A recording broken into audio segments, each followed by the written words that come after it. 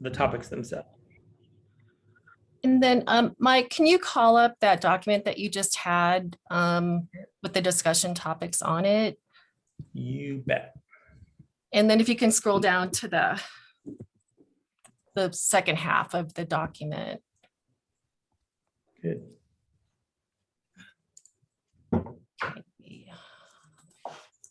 So I wanted to thank everyone who provided comments to us on the containment system evaluation for the north boundary barrier wall and the conceptual site model. We did take comments that we have received since April up until July 6th. And the comments ended up being, and I put them in 5 groups. So we have the discussion paper that Paula authored on the conceptual site model, and that's from April 27th. The second one was the position paper that Tom Kraus provided us also in April. And then Bonnie had sent over on July 6th a group of comments that the CAG and the TAG put together. So number 3 is the first set of comments from that in the conceptual site model. And then I have a 4th group as the TAG comments on the north boundary barrier wall containment system evaluation. And then the 5th one, we grouped together sets 3 and 4. They were general comments from the CAG on various topics. So then, Mike, if you can scroll up. So from those 5, well, actually, I think it's more than 5 documents that we received, or sets of comments we received from the CAG TAG. We pulled out topics that we perceived as being at the top of your list. And one, vertical migration, the site boundary, and the ones that we have listed here. The north boundary barrier wall containment system evaluation, Paul Rosasco is not available to come in September. So we asked him to come so much traffic to this session. Yeah. So well, it's rare. So on here, we put from the groups, where we saw comments pertaining to that. And then later on, our draft responses are still going under some review within the EPA and CDPHE. So we're hoping to have that out to you before the next CAG meeting, so you can see all of our written comments to everything.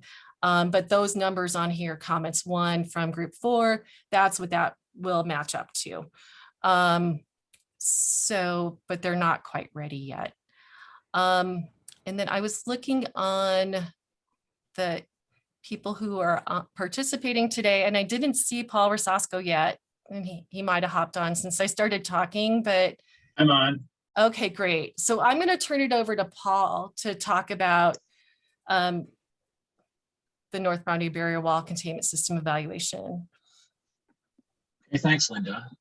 So there were a number of comments. I think the first one was about use of the EPA's capture zone analysis guidance. And we had a series of meetings with EPA and the state. And EPA had determined that the capture zone analysis guidance is focused on evaluation of groundwater containment using extraction wells, as opposed to a physical hydraulic barrier such as the north boundary barrier wall. So EPA made a determination that it would be more appropriate for us to look at the target zone of containment associated with the north boundary barrier wall rather than a capture zone analysis. That said, much of the evaluation of the target zone of containment is essentially analogous to the target zone of capture that would be addressed in the guidance, but it doesn't focus on wells, it focuses on the barrier. Okay, so then I think the next question was whether or not, I wasn't quite sure, but I think the author had written a question about, it was unclear whether or not there was containment. And, based on all the prior evaluations and the multiple lines of evidence that were evaluated for the containment system evaluation, The conclusion was reached that groundwater flow was not occurring within the alluvium or weathered Dawson over, under, around, or through the north boundary barrier wall. There is a potential for some limited flow within the unweathered bedrock, but the rate of flow within this unit was determined to be so slow, and the total groundwater flux, that is the volume of water flowing, so low that it could not be the source of the occurrences of 1,4-dioxane. And for example, when we looked at how long it would take for water to flow in the unweathered bedrock, it couldn't have, the time frame wouldn't work for it to have been the source of the plume that exists down gradient.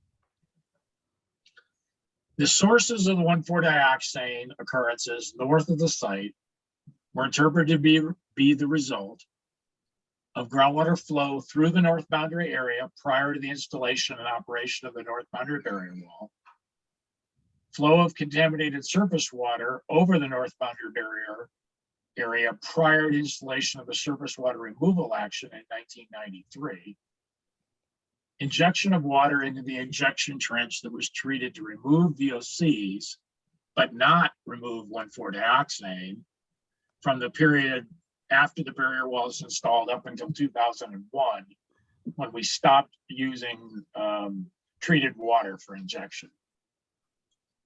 The evaluations that we performed demonstrate, and the prior evaluations, that the MBBW is containing contaminated groundwater, functioning as intended, and meeting the objectives set forth in EPA's ROD. Okay, a fourth comment was about the use of the scaled vectors. And I wasn't quite clear what the author was looking for, but we do have both unscaled and scaled vectors. So the unscaled vectors allow you to see the direction of flow at any given point clearly, but they don't provide any differentiation between areas of very low flow and areas of high flow. The scaled vectors help you to understand which areas groundwater flow is occurring more rapidly because the hydraulic conductivity is higher. The gradient may be higher, like around the various extraction features, such as the north boundary barrier wall, and so forth. And areas where the flow might be much lower, such as where it's flowing within clay material. We used a log 10 scaling factor because we felt that was the best scaling factor, but you have both of the scaled and the unscaled in there. Okay, the next comment was on the differentiation of the model layers into the hydrostratigraphic units at the site. So I think the comment identified, there were the model identified 9 hydraulic zones that it used, or layers. They do correlate with, formations and aquifers, but we subdivided them into more units so we could get more discretization to look at the flow regime in more detail. So the lowermost zones 1 through 4 are all located within the unweathered Dawson, the base of which is defined as the lignite layer. The separation layer is the boundary between the Dawson and Denver aquifers. We don't specifically incorporate that into the model domain because we've got the 4 unweathered Dawson layers, and our focus was on looking at the weathered Dawson. I think the next comment was on wanting to understand the hydraulic conductivity values that were used in the model. And those were presented in the report on the development of the calibrated model that was provided in December of 2019.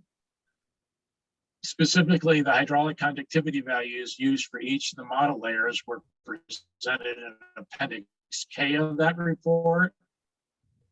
However, in this containment system evaluation report, the hydraulic conductivity values used in the vicinity of the north boundary barrier wall, along with the particle tracks for models 5, 6, and 7, which are the alluvium and weathered bedrock units, are shown on the last 3 figures of Appendix C of the CSE report. So I think that answers the comments that have been raised. And I believe I noted that on the comment about the guidance document that the tag comments indicated the CSE appeared to utilize and follow the information recommendations contained in EPA's guidance document for the capture zone analysis. Like I said, even though we did a containment system evaluation, it included, the components of a capture zone analysis. So I think those are the key comments that we saw and sort of a quick response to those. So I don't know how you want to proceed from here, Linda.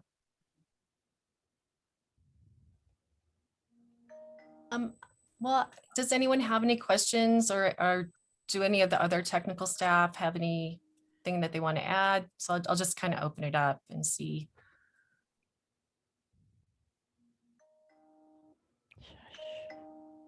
Sorry.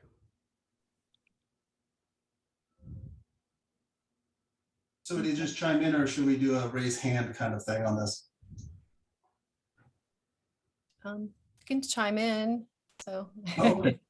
I know we have some specific comments, and I'm looking at just to make sure we're talking about the same document, the review that Earl put together. I think his name's at the top of it for the group. And he does have some specific comments about some figures he was interested in, about working with the model a little bit to look at what failure would look like. What are those parameters? Those kind of things. Are we going to see specific responses to those from his comments? I know you just went through a few general ones that hit on a couple of them, but not all of them. Dietrich, if I'm correct, I believe those comments were addressed. That was the comment about the hydraulic conductivity values. And I have to defer to EPA about how they're going to address them. But as I responded a few minutes ago, they're all presented in the model development. But then we also have in Appendix C of the CSE for the layers 5, 6, and 7, which is the alluvium, weather, Dawson. We show the hydraulic conductivity values for those layers on figures at the very end of Appendix C, which is probably what really matters for this particular evaluation. Okay, and I think the question that he had here was, should the numeric model be adjusted to simulate a leakage scenario, excursion scenario, where the north boundary barrier wall system allows a small concentration of 1/4 oxygen escape that is similar to the highest concentration found in the offsite 2.5 mile long down gradient plume, with the parameters and/or conditions simulated by the model suggest a possible source or mechanism, and particularly addressing the MW170 EW-1 area. And I think he's looking at an expansion, and it is somewhat linked to his comment on the uncertainties and potential data gaps section. He has section 6. Okay, I can look at the response to section 6. The analysis you just described would be a solute transport model. We did not do a solute transport model.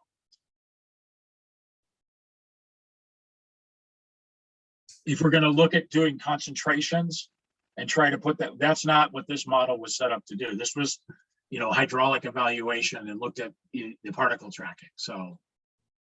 Okay, I mean, and that might be a discussion of how far away is this from that, or why not, to expand that out a little bit. Okay, so I'm looking at comment 6.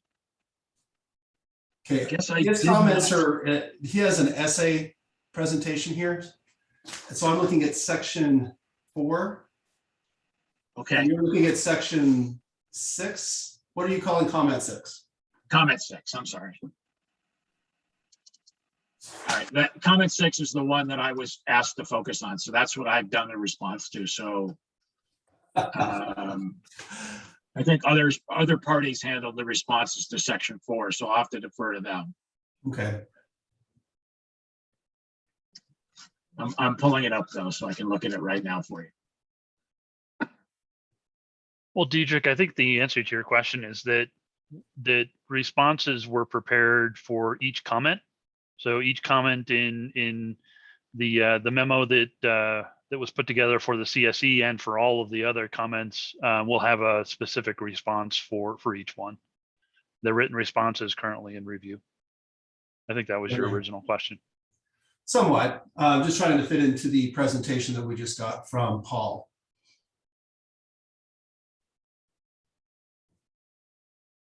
Yeah, so tonight is not every comment. It's a summary of the work that's been done, and some information that Paul and others have available for tonight. And the full response will come, if all things go well, between now and the September meeting for all the comments individually. This is John Barber, and I have a follow-up for Paul. Great. Just a clarification, if I understand, I mean, he used a lot of big words and a lot of technical terms, which I can't necessarily always follow. But if I understood what he said that any 1,4-dioxane that has escaped from the Lowry Landfill Superfund site that's down gradient had to escape to more than 25 years ago, because nothing has escaped since we put in the boundary wall. Am I understanding what you said correctly? Not entirely, Mr. Barber. There were several sources of the 1,4-dioxane. One was obviously groundwater that migrated before the wall went in 1984. The next one would have been surface water that would have flown across the site. There were these ponds and things that were along there, and there were seeps that were along unnamed creek that for a number of years discharged the surface water. That surface water would have flowed through the north boundary barrier wall and infiltrated into the subsurface. So that would have occurred all the way up until the surface water removal action was completed in 1993. Okay. Then the third one would have been from 1984, once the barrier wall was put in, up through 2001, the water was pumped out and treated to remove VOCs, but not to remove 1,4-dioxane. And then it was re-injected back in the injection trench, put back in the groundwater with 1,4-dioxane in it, because we didn't know about 1,4-dioxane in those years. So those are the three sources that have been concluded to be the cause of the 1,4-dioxane occurrences down gradient.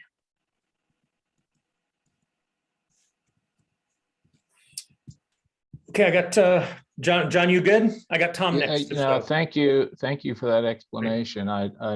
So if I understand your clarification there, there has been some escape of 1,4-dioxane, but still, based on that explanation, at least 20 years, there's not been anything from the site. Everything that's out there was from 20 years ago or so, early 2000s.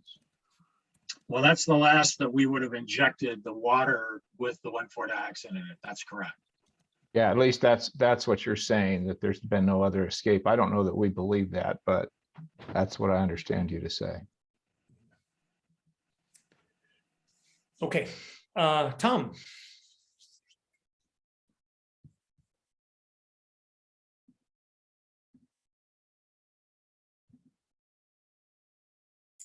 Tom, are you muted? I think you're muted, Tom. Tom, you're up. I just saw your hand up. So you want to let you in here. Did you have something? Okay, I'm muted now, sorry. I've got several questions and comments on Paul Rosasco's statements. first of all, the EPA has said that the specific source and nature of the 1,4-dioxane excursion from the site is not known. And the purpose of the CSE, the conceptual site evaluation, was not designated to address the source, nature, or fate of the plume occurrence. That seems to be a problem. Do you agree with that statement, Paul? Well, I guess I'm going to have to defer to EPA on that, because the discussions I've had with EPA and the state, I believe what I presented on the sources of the 1,4-dioxane is our collective agreement as to what the cause is. So Tom, when you say EPA says that source is not known, what's your contact? Like, where are you getting that from? I'm getting it from basically the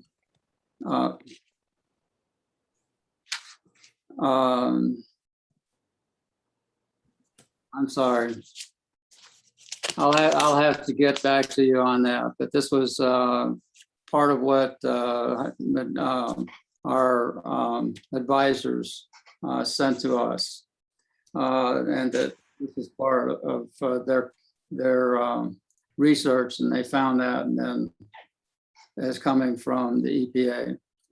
So yeah. EPA did a fact sheet, I believe it was in the 2000s, about the 1,4-dioxane when it was originally found. And we put in the potential sources for that. And so it's never been a situation where it's not been known. Pinpointing one exact source and saying this is exactly the only source. So there are many, like Paul said, there were many potential sources that came from, but we have never said that it's not known, Okay.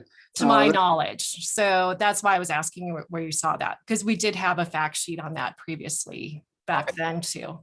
Let's go on beyond that. One of the things Paul said is that basically, essentially, the containment was the only thing that they were concerned about, is basically from the EPA and work settling defendants, and that the containment was going to be the containment that the ROD designated as appropriate. And by doing that, and you said you weren't going to use the 2008 document and pump and treat systems because of that. And yet you're using pump and treat for the plume, a 3 mile long plume. And you are only selectively using that document because you haven't created any kind of capture zone. And if you don't have a capture zone, how do you know if you're following that document and you're actually doing what you're supposed to with the plume? And that the answer would not be that the plume's shrinking. You need to have a capture zone in order to follow that document. So Janine, can you unmute Sarah? She has some things she'd like to say.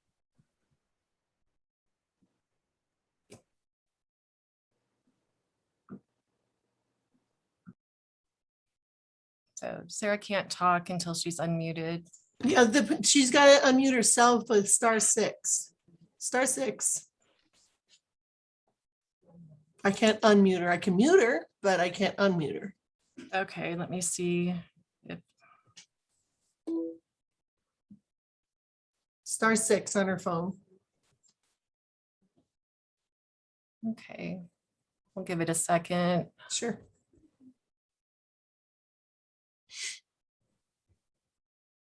Well, and while we wait for Sarah, Tom, do you have more after this? Because I want to make sure we get to vertical migration. I think that That was Sarah. There Sarah's she- ready. Hold on, Mike. Okay, go Sarah. Okay, so I just wanted to add some context, just because I think I'm the one that's been on the site with continuity before the CSE, when the CSE was being planned.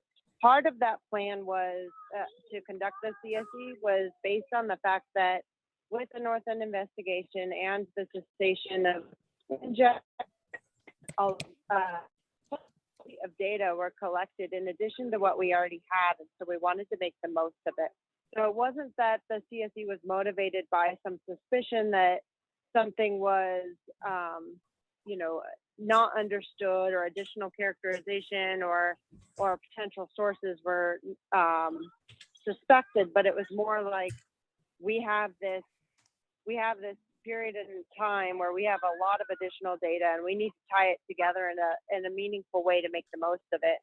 And then the other thing that I just wanted to comment on real quick was the issue of a solute transport model keeps coming up, and that's one that we've responded to a number of times. That's not in consideration. That was not part of the numerical model developed for a number of specific reasons. One is that you usually undertake a solute transport model when you're looking at something that has a lot of state and transport properties and mechanisms that you need to incorporate into your understanding of how that contaminant or that chemical is flowing through your area. And so, for instance, if you're looking at a chemical that sorbs to organic material or degrades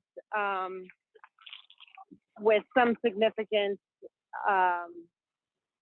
in the environment aerobically or anaerobically, you might see less of that chemical than you might expect if you didn't incorporate those considerations. With 1,4-dioxane and the plume characterization, that's a conservative chemical. So that means that as it travels through the environment, it is not inappropriate to assume that those concentrations aren't reducing hugely or very significantly by these other mechanisms. So you can kind of assume it to be flowing with groundwater. In other words, it's a conservative assumption to assume that it's a conservative assumption to look at 1,4-dioxane as a chemical that's not degrading otherwise or reducing in concentration otherwise in the subsurface. So that's why in this case, solute transport model wouldn't provide any additional information, but does incorporate a number of variables that would increase the uncertainty of our understanding. Okay, I'm going back on mute now because my kids are melting down. Mike, can we go to Dietrich now, please? Sure. I've got a little bit, I think, where some of this came from, but I do want to go back to what Sarah said because it's a little confusing. We discussed that the reason we still have elevated concentrations of 1,4-dioxane next to the site, despite the sources being cut off, or the significant sources cut off at over 20 years ago, is due to matrix diffusion. That is an interaction of 1,4-dioxane with the geology, not a conservative tracer moving with groundwater, or it signifies a release from the site.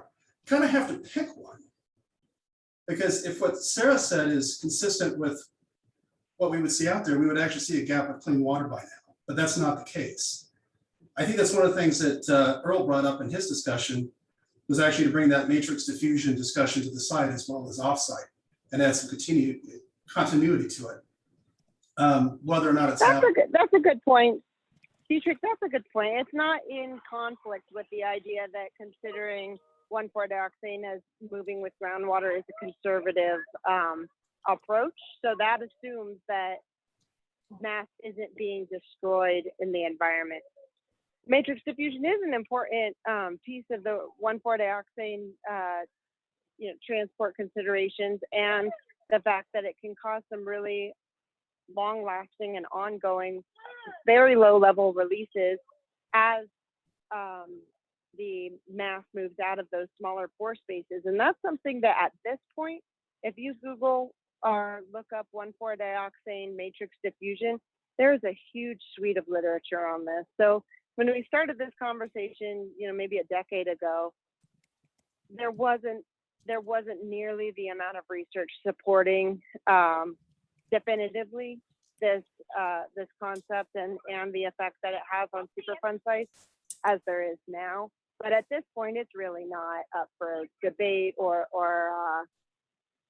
it's really not something that other viewpoints can be very entertained on the matrix diffusion and its impact in depositional sedimentary environments on 1,4-dioxane releases. You know, that's a pretty across the board established concept at this point. I'm sorry, sir, but maybe I didn't state this clearly enough. I am not saying that matrix diffusion is or isn't happening. And you're right, there's been some really interesting research done on it. However, the conditions for that to exist have also been somewhat determined. And the question is, do they exist at this site and to what degree? But what you just said about conservative tracer moving with water is the opposite of matrix diffusion. And without looking at that effect or quantifying it, then we're just speculating about its role here. Well, the important point is discussion. conservative how. And it's conservative in the assumption of not considering mass to be removed from degradation. That's still conservative. And considering mass to be potentially continuing due to matrix diffusion. So it's sort of like from a risk-based standpoint, okay, what could be entering the environment? It's still a conservative approach. But the conservative approach would be that it's moving away from the wall, and then you still have the question of what remains, what's right out the wall. I think you're arguing two things that you either have to go one way with it or the other. Paul, let me let you in, and then I want to make sure we get to vertical migration and the other topics for I tonight. agree, Mike. I want to make sure, I think we got off track and we haven't responded to Tom's comment. So I want to respond to Tom's comment. Yeah, and I'll get right to that. And I think Can I respond? Hey, Dietrich, can I respond real quick? So Tom, the north boundary barrier wall containment system, we evaluated its containment. We do have groundwater extraction wells down gradient, but they are not providing containment. They are providing mass removal. We're trying to take out as much mass to try to help that plume decay faster than it would if we just relied on cutting it off by itself. So that's why we don't have a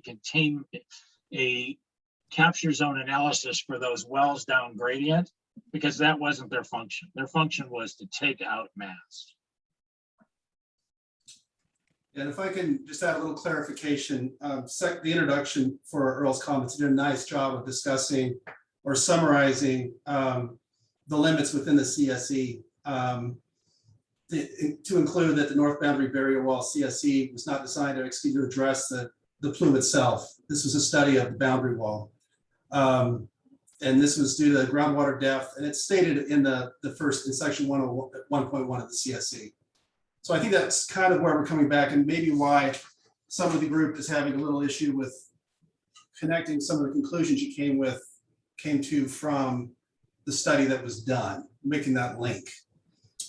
Because I mean, like any study like this, there are limits, and they're well stated in that.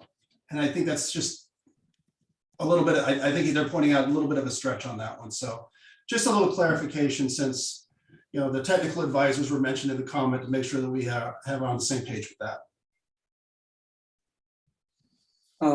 Paul, this is Tom. I realize that the north boundary barrier wall and all the other things that are containment are part of the ROD and so on. But you have points where 1,4-dioxane at the containment boundary exceeds what it should. You have points where nitrate exceeds what it should. And there's another one that I can't think of right now that also exceeds what it should. So if it exceeds at the containment boundary, then it is not contained. That's number one. Number two, yes, the plume is where you're extracting a lot of volume in order to try to contain that plume. Therefore, it is a pump extraction and a treating in the treatment plant that you're trying. It's a pump and treat system. And so since that's a pump and treat system, the 2008 guidelines should apply, and you should be establishing a target capture zone so you comply with that. And you're not doing that. You're just kind of saying, oh, it's out there and it's getting, and therefore everything's okay without us measuring. Tom, I think the problem is not every pump and treat is intended to be a containment system. I didn't So- say containment. So I think that's where we're kind of having a disconnect, because those wells, yes, they are pumping, and yes, that water is taken for treatment, but that is not to achieve containment. It is being done to remove the mass down gradient. So That's exactly what the 2008 guidelines are, a pump and treat system to remove the mass and not contain it. And so that's what you're doing. So why don't you apply them?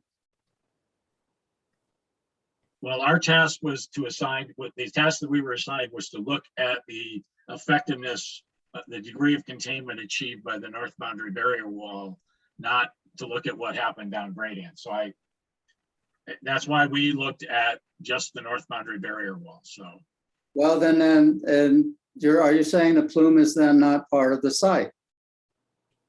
I'm not saying anything, Tom. Oh, go ahead, Linda. Yeah, Tom, I do think it's a misapplication. Like Paul said, we were looking at the containment at the north boundary barrier wall. It was not a 5-year review issue to evaluate the effectiveness of the extraction at the wells on Yale. That was not part of the task. So I did want to give Colleen or Dustin an opportunity, because I know sometimes these conversations start rolling and then we don't include other parties. So, and I know Colleen in particular has spent a lot of time looking at the comments and responses. Dustin was on vacation last week, so he's just catching up. But I don't know, Colleen, if you wanted to chime in on anything. Well, I can't really add to the hydrogeology discussion because I'm not a hydrogeologist, so I'll defer to Sarah and Paul on that. But, to what Linda said about the task that was at hand when Dustin and I got onto the site in late 2019 was to evaluate the effectiveness of the north boundary barrier wall. And that's what the work plan that was reviewed by the agency included. And so that's what this report documents, is the review that was done following that work plan that the agencies negotiated. And if you remember when Dustin and I first came on board, the state and EPA were in a dispute over that very work plan. And so we worked through that dispute, and part of that was making sure that we followed that 2008 guidance. And so that was resolved. And so the task was, as Linda said, to evaluate the effectiveness of the north boundary barrier wall. It wasn't outside of that. And so, if there was a concern of the remedy not being protective north of that containment by the north boundary barrier wall, that would need to be called out in a 5-year review as not protective, and then that would be looked at separately. But that wasn't what the task was at the time that we came on board. And so that's not what is reflected in this document that's out for review. So hopefully that kind of clarifies at least the understanding the state has.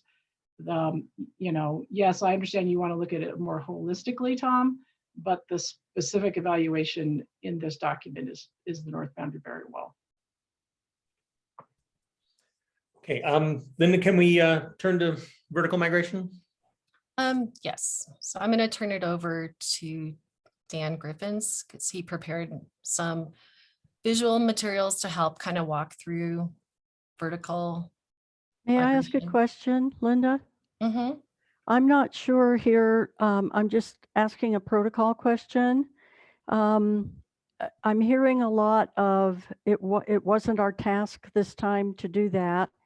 And so my question is, if it wasn't the task in the 5-year review, but it may be important to the community, what will be the follow-up, or what is our procedure? Because I'm not clearly understanding. I'm here mostly to listen. I don't understand exactly what we're doing tonight. Everything is very unclear to me. I'd like to know who these groups are, who participated, and I'm hearing a lot of, we're getting along so good and talking together and everything, but I don't understand if there's something that the public mentioned, but it was outside. Is it gone? Or is there any avenue for us to take to investigate these questions later on? Or does it have to be added to the next 5-year review? I'm glad everybody's getting along and it's fine and dandy, but I'm concerned about what we are asking, that we're being told it wasn't in the purview of this 5-year review. What happens to those requests? So, since 2017, there were many issues and recommendations in that 5-year review. And we've worked through many investigations, studies, risk assessments as part of that 3D VA. So yes, we are at the end of resolving those 5-year review issues. EPA is preparing the next 5-year review. We did have the community interviews that many participated in, that will be included. And then comments from the 5 groups that I talked about at the beginning of this meeting that are on your handout. All those comments are considered in the next 5-year review. 5-year reviews are all about risk. And is it within the National Contingency Plan risk range or outside of it? What is the risk to the community? So even though there might be a chemical, 1,4-dioxane, that is beyond the north boundary barrier wall, then we look at what the risk is. So that's what the 5-year reviews are all about. So we listen to your community concerns, we evaluate them, and if they rise to a certain level of risk and they might need further investigation, they can go in the 5-year review as an issue and recommendation, and then EPA and the state will evaluate those going forward. So Superfund sites are the most contaminated in the country. So there's lots of sites all across the country that are contaminated. So these have the highest risk. We've managed the risk. Construction was complete in 2006. And then we do our 5-year reviews after. And that our protectiveness is based on risk. So everything's not going to always be perfect at the site. But we're always looking at how it affects the community and what is the actual risk. So that's a long answer to your question, but that's kind of where we're at in this process. Okay, I understand and I appreciate that. I know what you're trying to tell me.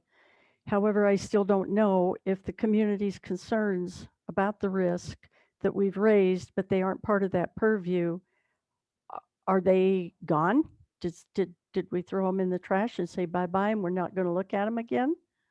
It's possible. I mean, they're documented. We write our responses, and if we evaluate them and the risk doesn't rise to the level of having an action to it, there might not be an action to it.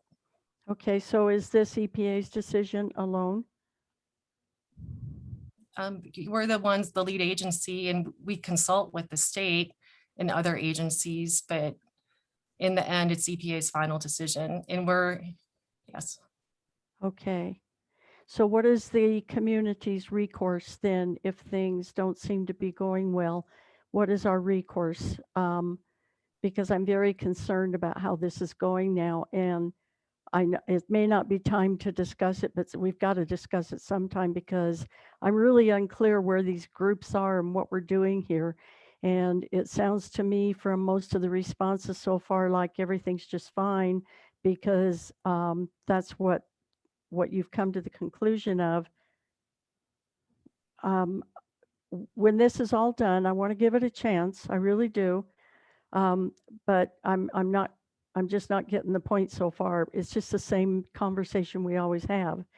But I'd like to know, what is the community's recourse? That's not a question I can answer for you. Okay. Okay, thank you, Linda. I have kind of a follow-on question about the community interviews and that sort of thing. I had asked several times if I could know the groups, the HOA groups that were contacted. I was told about a couple of the school districts, but then I was told that for privacy reasons, I could not know which HOAs were reached out to. And I absolutely do not understand that at all.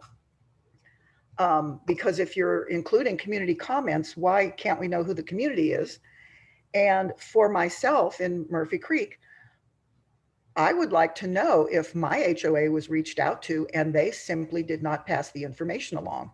And that's a question and a concern about a lot of HOAs in the area.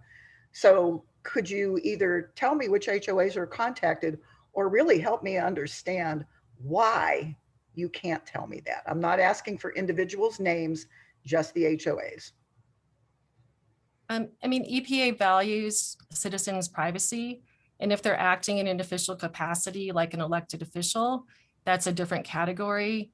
But we do have to abide by privacy for people. And so it's a simple answer. I mean, it might not be understandable to you, but that is why. Well, how will I know if my HOA was contacted and simply dropped the ball? Can you contact them yourself and ask them if they were contacted? I certainly can, but sometimes HOAs, through their management companies, lie to their communities. Well, I mean that I can't help you with that. So Bonnie, I want to step in and I want to bring us back to the two documents that we're focusing on tonight in September, the boundary barrier wall system evaluation and the CSM. But Bonnie, just so that you know, I've noted that after that, so probably our October meeting, we need to talk about the next 5-year review and concerns that the community wants to see addressed in the 5-year review. So we'll come back. I won't lose track of that. But again, I want to come back to the two documents that we're supposed to be working on tonight, which is what Colleen was referring to, that there were two specific tasks for tonight in September, and that's the focus. And so that's why not a broader discussion. So bringing back to those two, Linda, I'm going to give you the floor again. And again, vertical migration is the next topic. I want to try to be able to get to as many as you can, so you hear the nature of the comments and the responses. So I was going to turn it over to Dan because he prepared some visuals for this. Okay, thanks, Linda. I'm just going to share my screen. I just put a couple slides together to try to illustrate some of the points I'm going to make. So.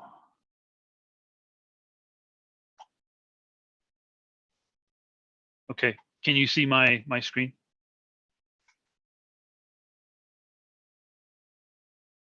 No, we don't see it yet. Okay.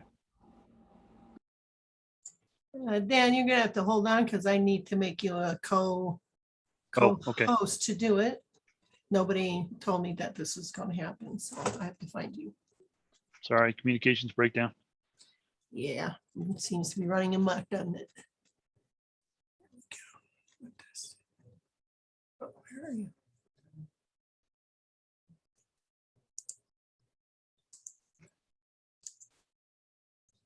Okay, you should be good. Go ahead. Okay, you can see my screen. Or do I need to reshare it?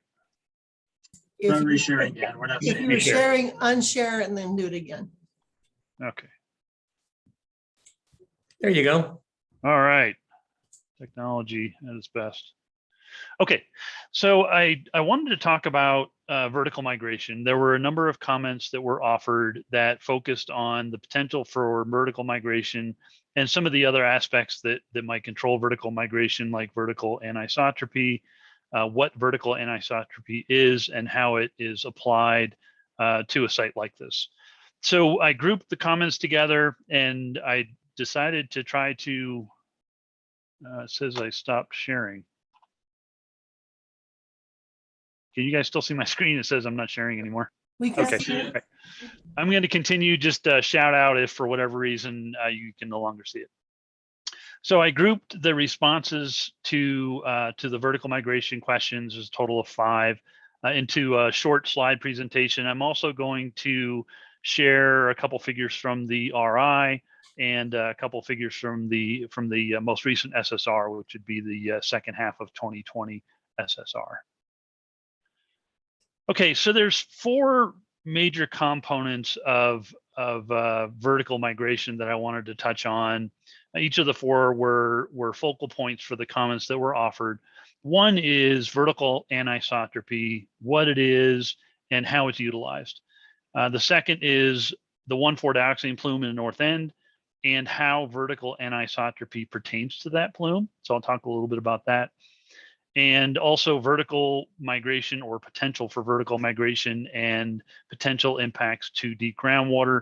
I'll talk about the historical characterization of deep groundwater that was conducted during the RI, just very briefly.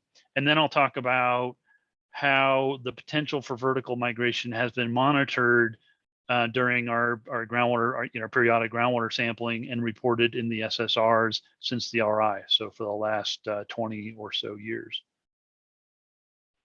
So first off, what's vertical anisotropy? I put a textbook definition in here, and then I'll just kind of talk about the 4 bullets that are on vertical anisotropy. This comes from the Friesen-Cherry 1979 hydrogeology textbook, but there's also a more recent one, Fetter 1994, which is also a great reference. They both match up pretty well, and in fact, I think one borrowed from the other, so they're essentially the same.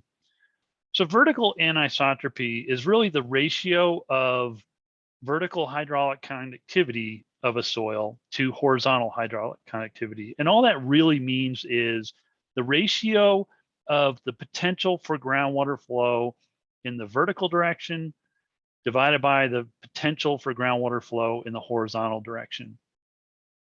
And it's just a mathematical means to describe a soil and how water might flow through that soil. And there's a little graphic on the bottom that illustrates this point that I'll get to in just a minute.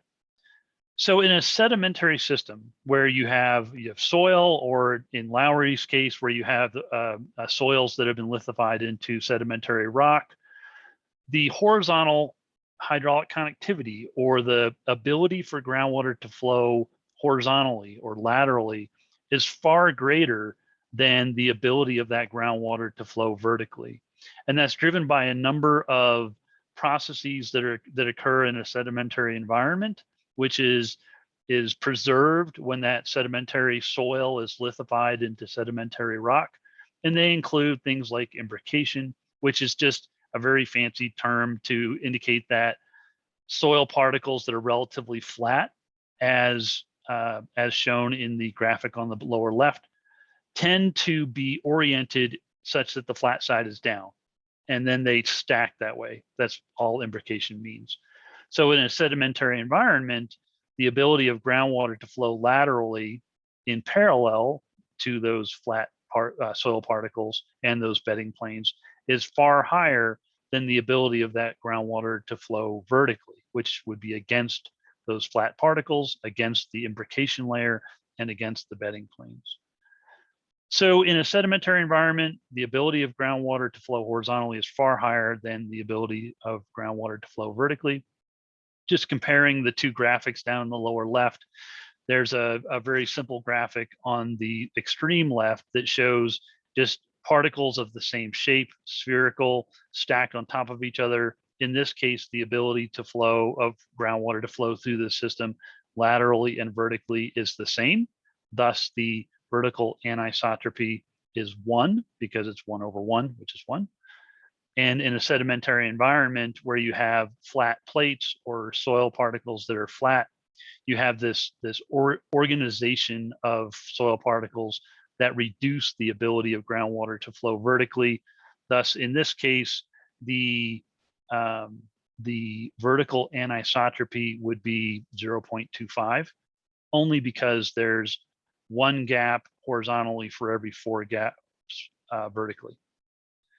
So that's all vertical anisotropy is. It's a very fancy term to mathematically represent how groundwater might flow through a soil or a lithified version of that soil, which would be a sedimentary rock. So how is vertical anisotropy used? It's a mathematical descriptor of how water flows through soil, but it really can't be used by itself or in and of itself, because there's a whole bunch of other parameters that describe mathematically how a soil works and how water might flow through that soil, one of which is vertical anisotropy. typically when you develop a groundwater flow model, like the one that was developed for the Lowry region, you take a whole bunch of these parameters like vertical anisotropy, hydraulic connectivity, soil permeability. All of these parameters are in the modeling work plan and the modeling report. You combine them all together to develop a mathematical model that describes your site, the soil or bedrock in the case of Lowry, and how water flows through that site. And then you use your complicated, groundwater model to mathematically determine or predict how water flows through that system. And you calibrate the predictions, the short-term predictions that model generates to a real world data set, like a set of depth to groundwater measurements or a potentiometric surface, a water table surface that you describe. And then you calibrate each of your model parameters, including vertical anisotropy, such that the model matches the real world data set. That's what calibration is. And in that process, every time you develop a model, you go through this calibration process, you adjust your model parameters such that the results of your model match the real world. And then you use your calibrated model to predict into the future what groundwater flow is likely to do on your site and how contaminants might be transported on your site.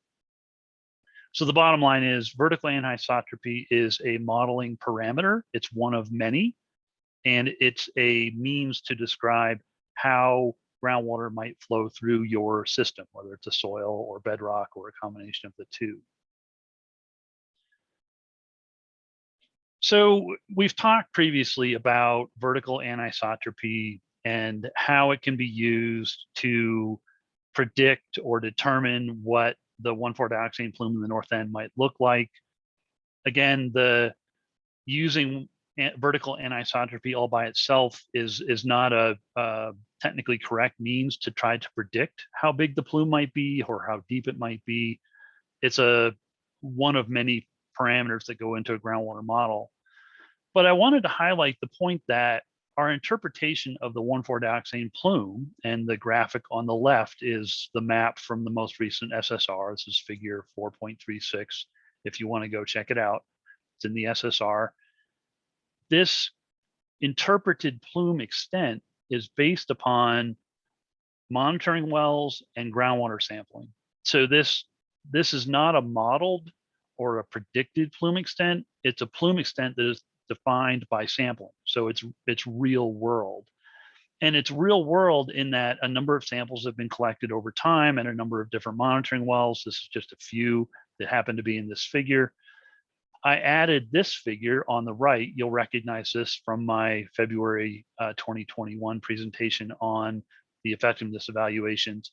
And I just put this in here to highlight the fact that at a number of these monitoring wells, and this is a selection of the entire monitoring well data set, so it's not by no means the entire data set, a whole bunch of samples have been collected over time. Groundwater sampling started in the north end in about 2007, and samples have been collected quarterly or annually, depending on the well, since then. So each one of these red dots is a groundwater sample that was collected, it was analyzed, 1,4-dioxane concentration was determined through analytical means. So this plume that we've looked at many times in presentations and reports is a plume that is determined based upon sampling, not through modeled prediction. And at this point, I wanted to switch to the deep groundwater characterization. So I was just going to go to a couple cross sections in the RI, just to highlight the point that deep groundwater was characterized in the RI, and of course, it's deeply described in the RI report and summarized in the CSM update. So I'm just gonna, okay. And this is figure 5.3 from the RI. So if you want to go back and look at it in detail, you certainly are welcome to. I encourage everybody to, because a lot of great information was presented in the RI. But the point I wanted to make is that, oh, I should mention, that this cross section is a south to north cross section. It is interpreted through the Lowry landfill. The waste pits, the cap, it's all shown by this polygon labeled refuse fill. And then it proceeds northward all the way to the site boundary, which is up here. So all of these wells and sampling locations that I have red ovals drawn around are wells that were installed prior to or during the RI investigation phase, where groundwater samples were collected during that time. So I'll just zoom in so you can actually see it. And at depth, this first layer that you see interpreted is the separation layer. And the second layer down below is the lignite. So we're quite deep here, total depth of several hundred feet down to the lignite layer. And you see the number of monitoring wells that were installed during the RI or prior to the RI that were sampled to characterize deep, quote unquote, groundwater. And I'll just go to the second cross section, which is an east-west cross section. West is on the left side, east is on the right side. This cross section is drawn immediately down gradient or north from the Section 6 landfill, the Lowry landfill. And again, the cross section goes from west on the left to east on the right. And you can see all the monitoring wells that were installed during the RI to characterize deep groundwater below the separation layer, down into the Denver, and down to the lignite layer. So there's a series of monitoring wells that were installed. Groundwater samples were collected. That data is all presented in the RI in great detail. But the conclusion of the RI was that deep groundwater was at that time not impacted at concentrations in excess of the performance standard for each analyte. And you can go back and look at the RI and all the data tables to convince yourselves of that fact. But that was the conclusion that was drawn during the RI and is represented in the CSM update. So I'm just going to go back to my slide deck and make it a little bit bigger so you can actually see it. Okay. So again, during the RI, all the sampling that was done in deep groundwater indicated that deep groundwater was unimpacted above the performance standards. Contaminants were detected, but detections were low below the performance standards, but above method detection limits. Again, you can see those in the RI tables.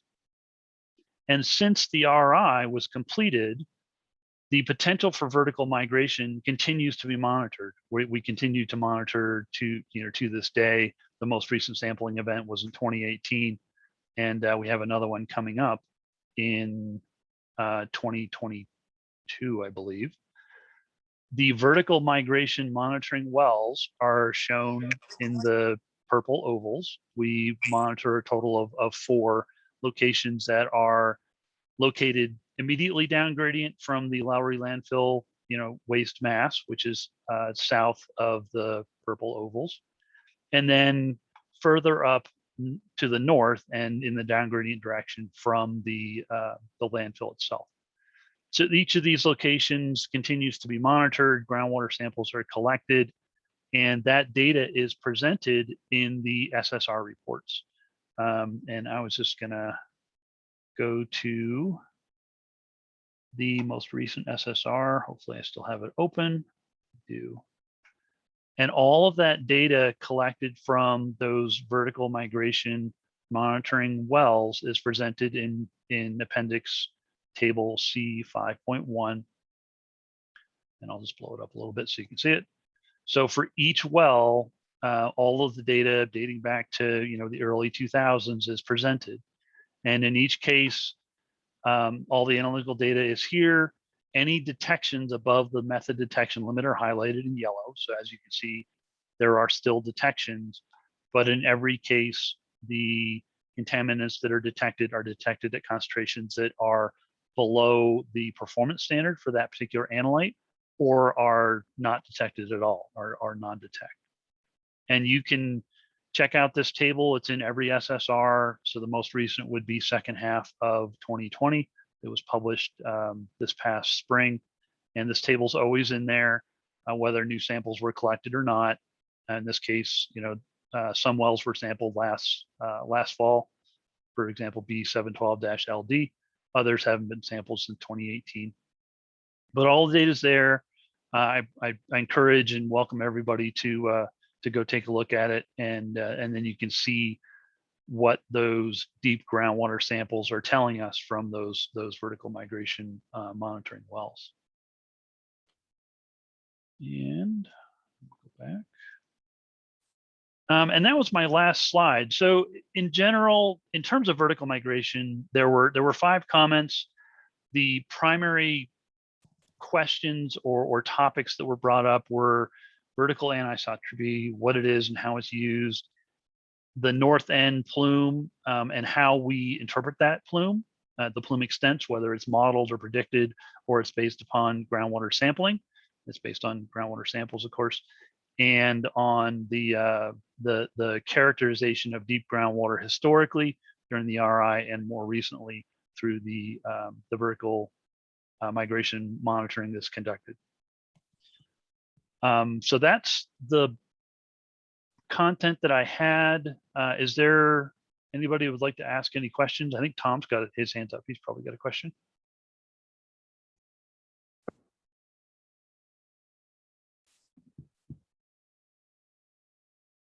Yes, if you go back to that last slide you just showed, 1,4-dioxane is above standard. Around 5, and you don't think I'd be concerned if you don't get here till 5:45? Sorry, do you hear me? Yeah, I can hear you, Tom. Go ahead. We can hear you. Go ahead. I'll find that person and mute him. Can you go back to that last slide that you just showed? The data table? Yeah, 1,4-dioxane above standard for through 2018 at least. 1,4-dioxane. So the 1,4-dioxane is this column. I'm sorry. It's the 1,1-dichloroethane. 1,2-DCA. What's the standard for that? Oh, that's a great question. So this is table 1 from the groundwater monitoring plan. It has all of our performance standards. And let's see, 1,2-DC. I had to look this up myself, so I had it open. 1,2-DCA, 1,2-diethylene. Here it is. Standard for, oh, sorry, that's 1,1. 1,2-DCA is 5. Performance standard. Okay, so how many of those were above 5? We can go back and look. Here's 1,2-DCA, which is this column. 2005.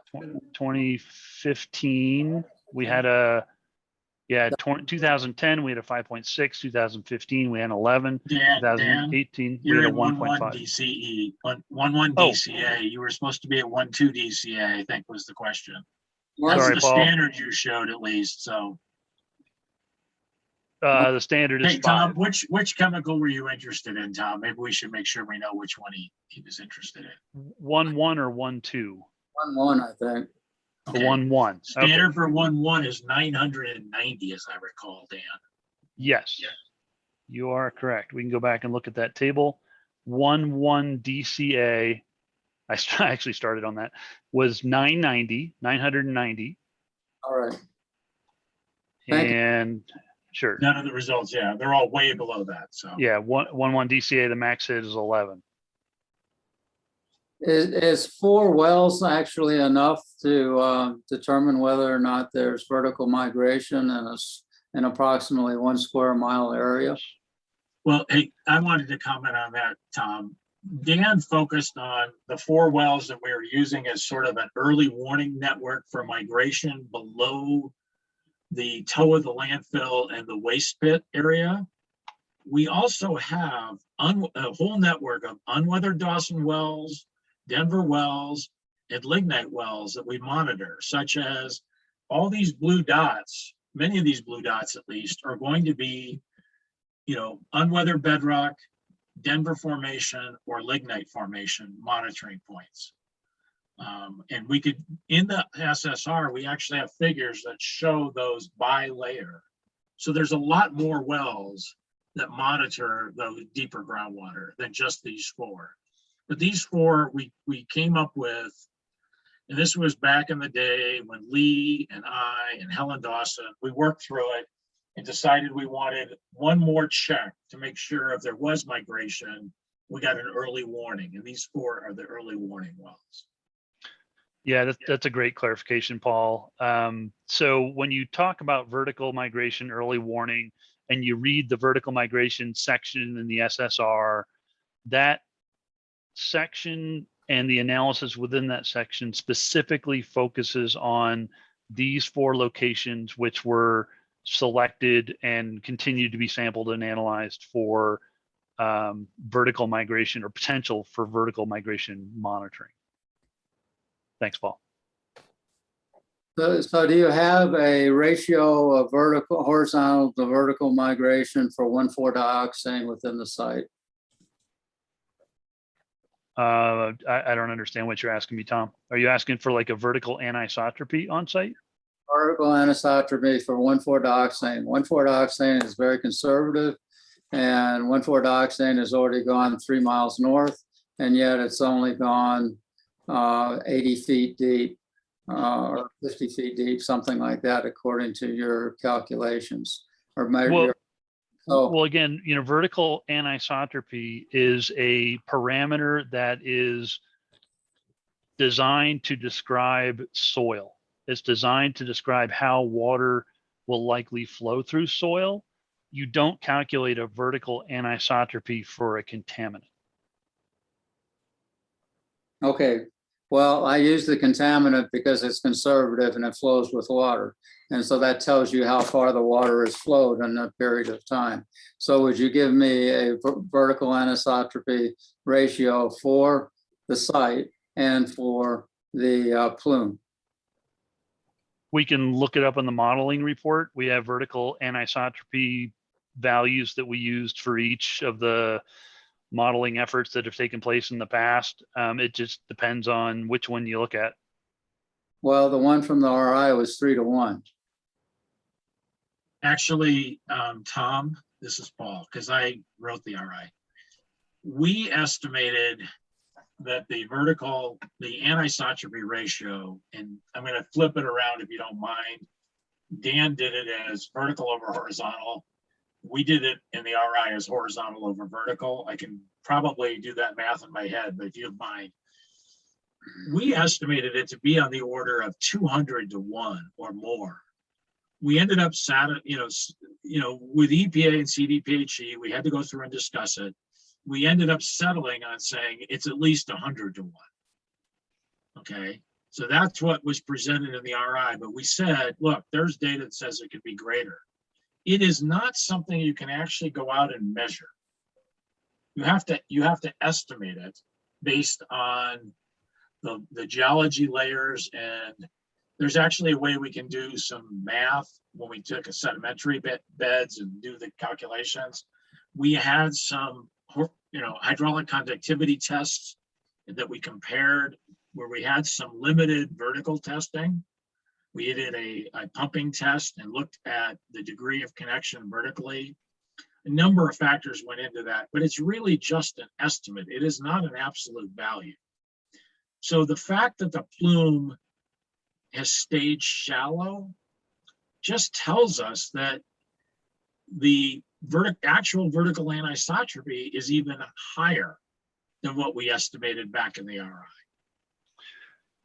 Well, and a point I'd like to highlight is the plume extent, as we currently understand it and interpret it, is based upon sampling. It's reality that is based upon samples that were collected and analyzed, and the 1,4-dioxane was determined analytically. It's not a prediction. So using vertical anisotropy to attempt to predict the plume would be less beneficial and less valuable than the determination that we currently have based upon sampling. So, Tom, I want to make sure you're satisfied on these responses, and then I've got another hand up. So, Tom, you good? I have a comment. This is John Barber again. John, I got somebody in front of you. So I got to, Okay, sorry. and then John will come to you. But Tom, are you okay? Yes. Okay. So, Richard, you're up next, and then John. Why don't you let Tom go? I mean, John go first. Yeah, John, go ahead. So if I understand what has been talked about here, we talk about the vertical flow versus the horizontal flow. And with all the big words taken away, the ground's too hard, so it won't go down, right? It's like rock or it's hard dirt or something that you use big words to explain why water won't go down. And we know that 1,4-dioxane goes with the water, but even if it's 100 to 1 and it's 3 miles out, that's 15,840 feet. 100 to 1 would be 158 feet down. That's the question. And you're saying really we don't know. No, I'm not saying we don't know at all. I'm saying that the current interpretation of north end plume as presented in the SSRs is based upon sampling, collection of groundwater samples from wells. It's sampling of wells above not above, but below and to the sides of the plume, such that the interpretation of the plume horizontally and vertically is based upon sampling, not a modeled prediction, not a calculation using, vertical anisotropy or any other estimated parameter. Yeah, I understand that. But you understand my comment there. And anyway, I also had a question of, there are sand lenses on the west side of the Lowry landfill. And we've asked ad nauseum about that, and we've been told where they're dried up and there's no worry there. Yet we have found 1,4-dioxane flowing on the west side, outside of the plume, down towards the Lowry, down towards the Highway 30 landfill. But that's outside the plume, so we never talk about it. I'll just leave it at that. It's just very frustrating. Well, actually, I'm interested in your point. As far as we know, based upon the sampling that we do, you're talking about the MW38 sand channel. Do I still have that? I was just going to bring up the SSR. Let's see, where is it? Here we go. I'll roll back up to the 1,4-dioxane plume, because I think this is an important point to talk about. If I can get there, hang on. Apologies, I should have had this up before. I would use the bookmarks. Oh yeah, that'd be a good idea. Newfangled bookmarks. Okay.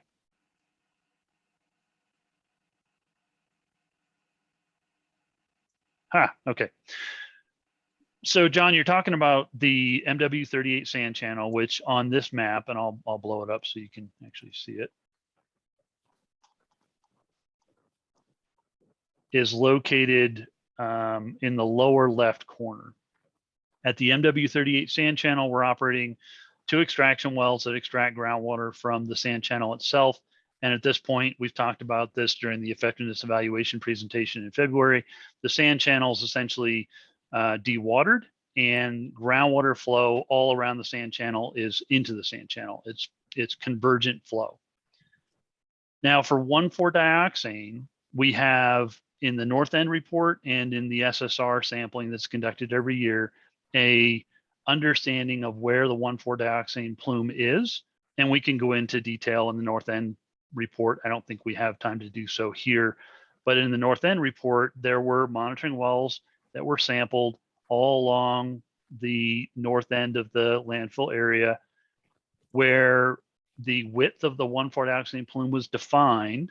So we had clean wells on both sides, and through the performance monitoring that's conducted every year, we continue to sample groundwater samples from the transect of wells along Yale, along this north end, to continue to determine where the plume extents are and where the plume core is. So through sampling during the North End investigation and since then, we have not found 1,4-dioxane concentrations in the North End outside of the 1,4-dioxane plume. So I'm curious as to what you refer to when you say there are 1,4-dioxane concentrations outside of the plume that we're not talking about. Dan, I might add, remember the synoptic sampling was specifically intended to look at this situation and did a broad set of wells at one time. This just happens to be from our SSR, where we're focused on what's happening inside the plume. So, Right. When you say, yeah, just focused on what's happening Right. inside Yeah. the plume. So, If I could add a quick comment on why you have this figure up. Along Yale Avenue, am I reading that correctly, that your highest concentration is MW 129, that would be your most western well? at 7.1, correct. Ah. During this particular sampling event, we had a 7 at the western end at 129 WD. So it looks like your trend is increasing as you go to the west, but you draw the line right next to the well. It seems like that would be quite undefined if you had an increasing trend in concentration at that point toward the west, which would kind of be consistent if you were losing off that west side of the sand channels.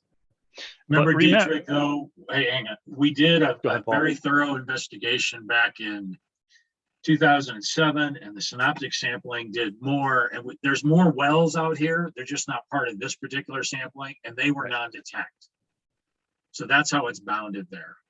When You were the can't last time bound it. those sampled? The synoptic sampling event, which was conducted 2018. in 2018. Yeah, 18. So in 2018, you had non-detect concentrations in wells immediately to the west of 129.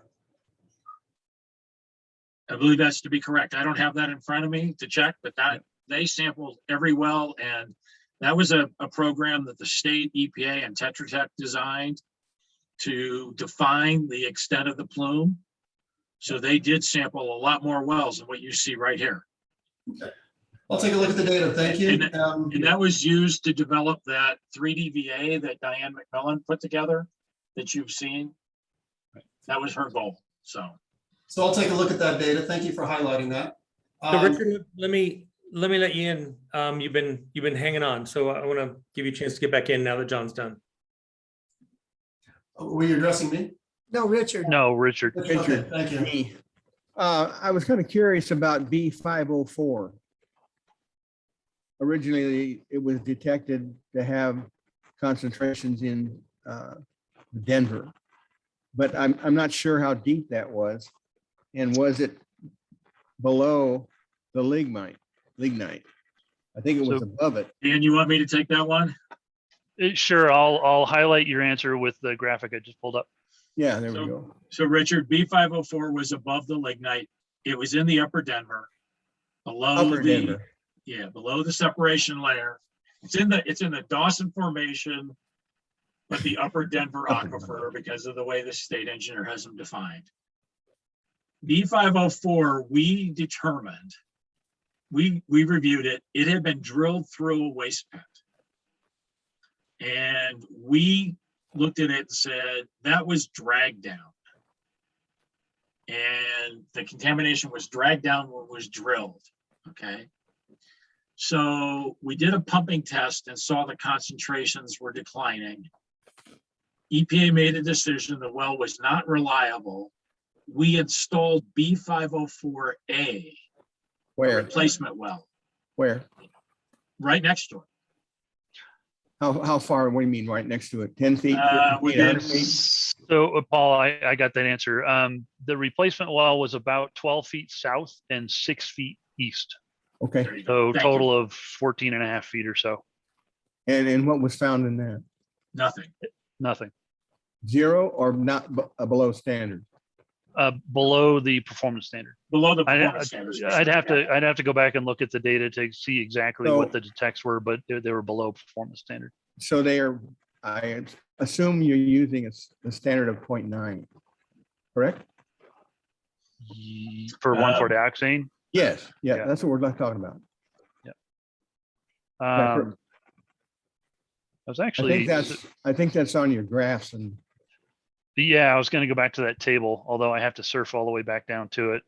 So it'll take a minute. But I think it's one of the vertical migration monitoring wells, is it not, Paul? It is. Okay. So we sample that one more frequently.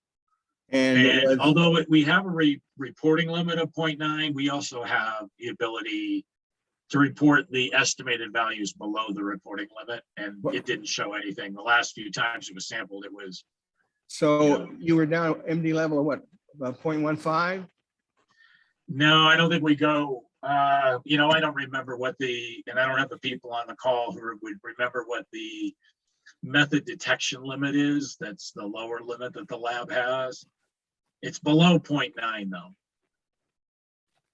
Yeah, because what I'm curious is, was it detected at 0.35 ever? Let's see, B504, 1,4 dioxane, no, it's never been detected at all. It's all non-detected. B504A? I'm looking at this B504A, 0.9U. That's non-detect, but you're calling it a non-detect because it's not, it's not above 0.9. Is that We're correct? calling, Dan, go ahead. Yeah, so I just pulled up the table C 5.1 from the SSR, and we're looking at that now on the screen.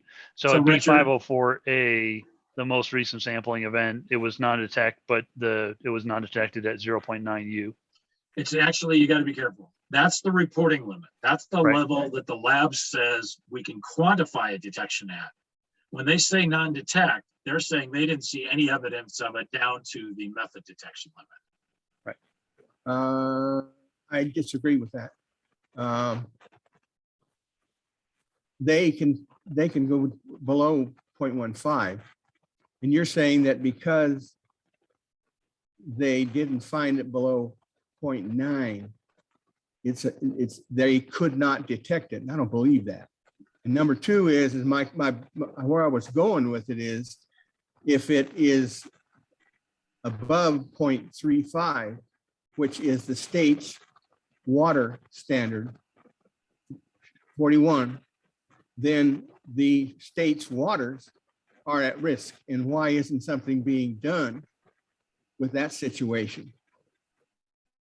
With the state now, not with EPA, not with you guys, but with the fact is, what is the contamination amount?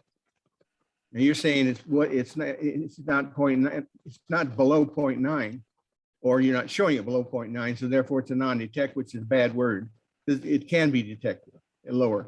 In fact, Test America, the guys you use, go way down to 0.15. So my question is, we actually use WEC for this, as I recall.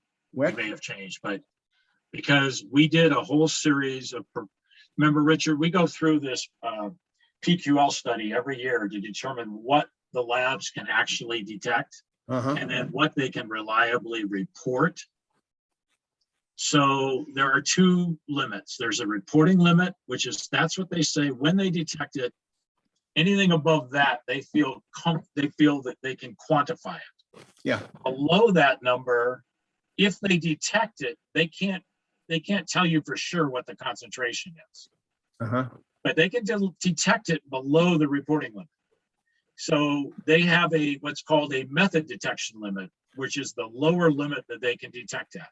And I don't remember whether it's 0.3, 0.15. I just don't remember as I sit here right now what that is. It's 0.15, Paul. I'm sorry, what was it? 0.15. Yes. 0.15. Absolutely. So when they say U, they didn't detect it down to 0.15. If they had detected it at 0.3 or 0.4, it would have shown up as a 0.4J, meaning it's below their reporting limit, but they detected something above their minimum detection level. I know it's very complicated, but yes, it is. That's okay. So we have these reporting limits that we show, but when you see a U, that means they didn't see any sign of it whatsoever down to their lowest level. Right. Which in this case is 0.15. I disagree. I want to break up this. Talking to them about it. No, that's not true. They can see it. They just can't quantify what they can really see, but they do see it below. And that's what I was getting at is using 0.9. If it was 0.35, that escapes the fact that it's polluting state waters. And that's where I was kind of going. Yeah, but see, they don't even see it at 0.35. They're saying they They're didn't saying see they it at didn't. 0.15. Okay. Okay, Bonnie, I got you in next. I won't take long, Paul. I just need to clarify something you just said. I've had 2 private wells tested and specifically for 1,4-dioxane. I think I just heard you say they can't get down to a certain level. Am I correct? I just want to know if the labs are lying to me. No, Because the reports came back that they tested down to 0.07 and there's no J after it. And that might be something that is strange to you, but to us in the public, when we hear these kinds of things and these discussions, it raises serious questions. So I believe it was WEC that we went to, in fact. mhm. So What we have is, Bonnie, we do a test with the site groundwater. Okay, and that is a matrix, and there's effects of that matrix, and we send it out to several labs. We have done that over the years several times, and have them all analyze it. We spike it with a known concentration, and then we see what comes back. I got The you. labs can do better with different methods, with drinking water, with cleaner water, if you will, than what we get. So this is the reporting limit for the water that we are pulling out of the site.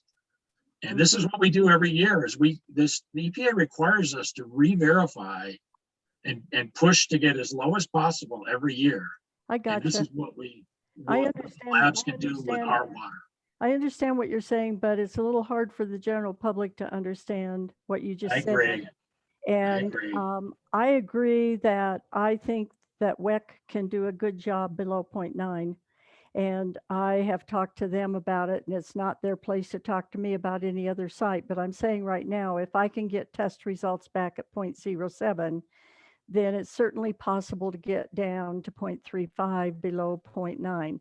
So that's the only point I wanted to clarify, because it sounded to me like you were saying that WEC couldn't do it. And I think WEC does a great job. So I think they can do it. So I just wanted to clarify with you what you were saying. Bonnie, can I ask, was the 0.07 that you just referenced, was that their MDL or their RL, their detection limit or their reporting limit? I believe it was the detection limit, but I will have to find out because I asked him specifically to check for 1,4-dioxane in the water to see if it was detectable. And so I can pull out the report and see what it says and let you know if you'd like to. Thank you. If I could add something really quick to that discussion, I think what's important here to consider is where the samples used for your detection limit, reporting limit, whatever studies are coming from. And I can totally understand matrix interferences from, especially the wells on site, shallow wells that are very contaminated. High salinity can be a big deal. Those are going to be problematic to reach those detection limits. This is not the case for the wells north of the site. A lot of those, particularly going out toward Bonnie's neighborhood, are not going to have those matrix interferences. And you can definitely consistently get those lower detection limits. And it's more than just what we see in the database, but y'all guys are getting a value of 0.9 set for the site, partially based on this, but it may not be reflective of what's going on to the north end. And this is even more critical when we're still looking at assessments. We have a long distance between monitoring wells out there, where these lower detection limits may not be part of a risk assessment model or monitoring, as in the case, increasing or decreasing, but they could be very important in tracking where things are or in which direction they may be moving. So I think that's been a little misunderstanding on, really the question is, a site like this, sometimes we'll look at more than one, just as you look at multiple analysis on these when you're screening for the higher concentrations, and the data that's presented now still has that. But where that sample is being taken for that annual study could be just as critical. And this site may actually be a candidate for 2 performance levels, one on-site and one off-site, considering that you can get the better analytical data and the lower detection limits from the site to the north, which again are where they, the rubber meets the road and you start to have exposure to this. Okay, anything else on vertical migration? We can move to the site boundary comments. Well, this is Dave. Well, I'll just add to McGinnis's comment is the water that we use for our PQL study is a background monitoring well in section 7 up gradient of the Superfront site. It's Do you not have the matrix interference from that one that you expect from the ones down gradient? Say that again. Do the matrix interferences that you see in the water you use for your PQL study, do you see those matrix interference issues, general water quality issues down gradient, say at Yale or beyond? Because my point isn't where you get the sample, but then this is the most important question, where you see the matrix interference that result in the PQL being above the state standard. And I'd be happy to take that back in writing. I've been waiting for it for years, but that's kind of where it boils down to. And it might be something that's very important consideration to improving management at the site. Yeah, I would contend that the salinity, which is the majority of the matrix interference, does not significantly change as you move down gradient for the alluvial and weathered system. Really? Really. All right. I think you may be right about the Arapahoe, which is 1,500, 2,000 feet deep. That would be a fabulous discussion to have on your PQL study, where the actual matrix interference exists, and do you believe it to be consistent? Because if it's consistent, then it's that really adds a lot to the legitimacy of the PQL study. So Tom, if you have to get in before we move to the next topic. Tom, go ahead, unmute. Yeah, I unmuted. Yeah, this is very interesting to me that matrix, the water for their testing is up gradient of the site, and yet down gradient of the site, you've got both the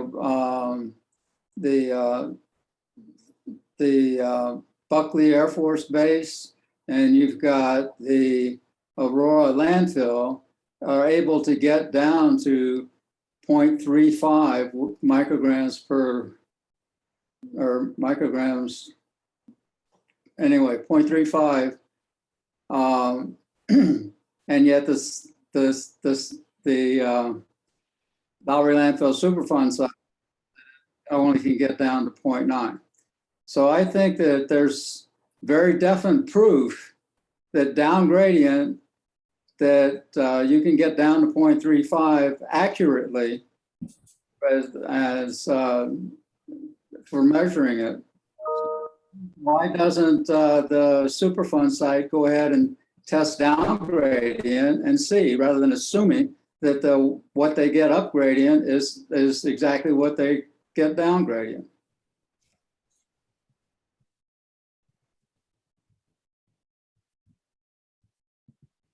Can I have an answer? Because basically, right, Tom, I'll answer as best I can. You have to remember, we're trying to do the compliance monitoring with this for the site data.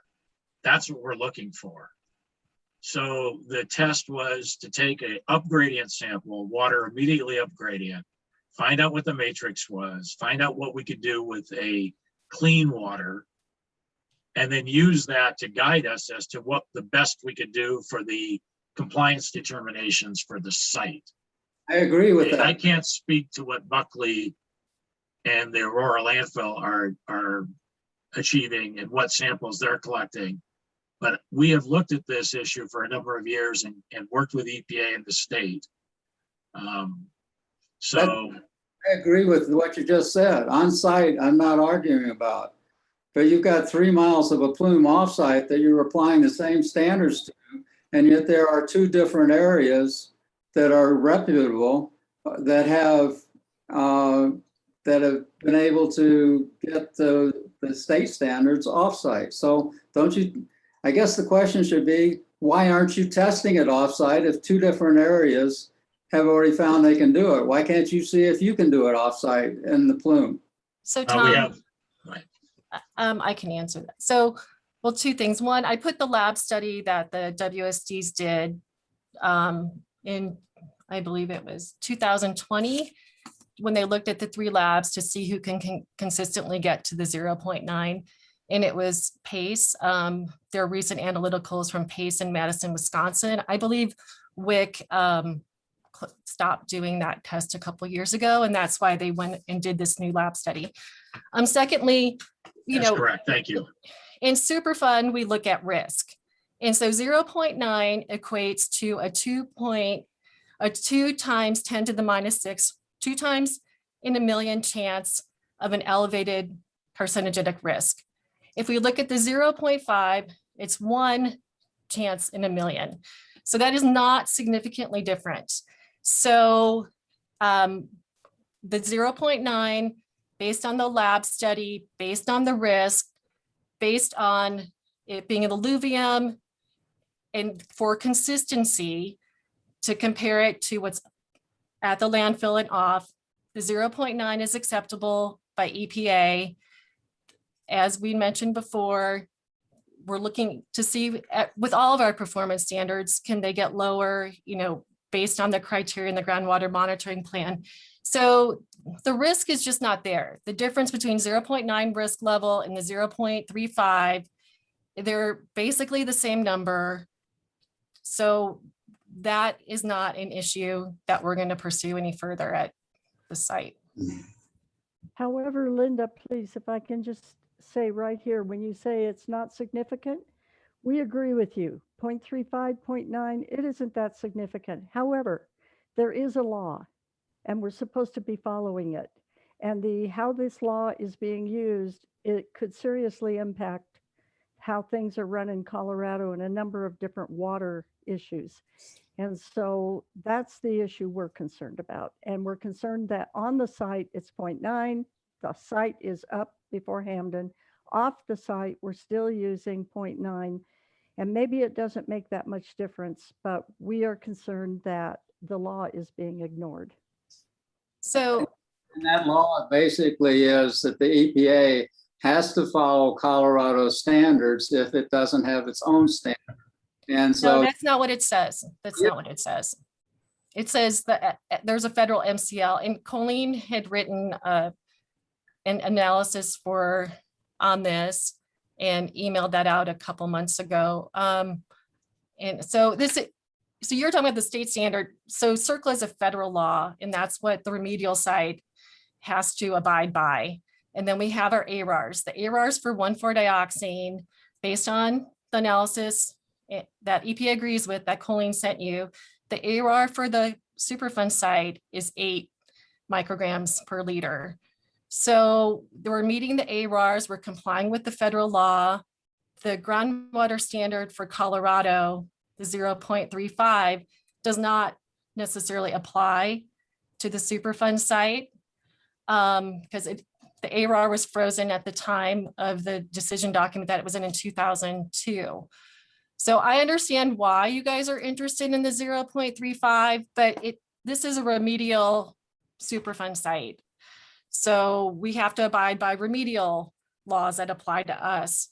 And I don't know, Colleen, if you wanted to add anything. I don't want to speak for the state. Just to summarize a little bit from the email that I had sent the CAG it's been about a month or something, when you asked about use of the ARAR and the state standard. And because 1,4-dioxane under the PQL policy that the state, the Water Quality Control Division allows a site-specific PQL, because there isn't actually a state-wide PQL designated for 1,4-dioxane. It allows a site-specific PQL, and the PQL study basically set that up. So by default, that becomes the standard, and that's completely allowed under Regulation 41. This is not the only site that it's done at. It's not the only contaminant that it's done at. We have hundreds, if not more than that, site-specific standards, both for surface water and for groundwater for various constituents throughout the state. It happens all the time. It is allowed by the regulation. It's contemplated by the regulation. So there's nothing about the way the PQL is applied to this site that violates state law. at all. And I tried to make that clear when I answered those questions for the CAG, but apparently that's still not clear to you guys. But that's what we do on all of the sites when we have a standard that is below what can be detected in the matrix. The PQL becomes the standard. And that is why the Water Quality Control Division issued the PQL policy. And if you look at the PQL policy, and I sent you guys the link a couple of times, if you go to 1,4-dioxane, the lowest PQL for 1,4-dioxane actually listed in that policy is 500. But that was for a non-approved analytical method. For approved analytical methods, and they're talking drinking water, they don't have a PQL. And so it throws that then onto the implementing agency to figure out what is an appropriate PQL.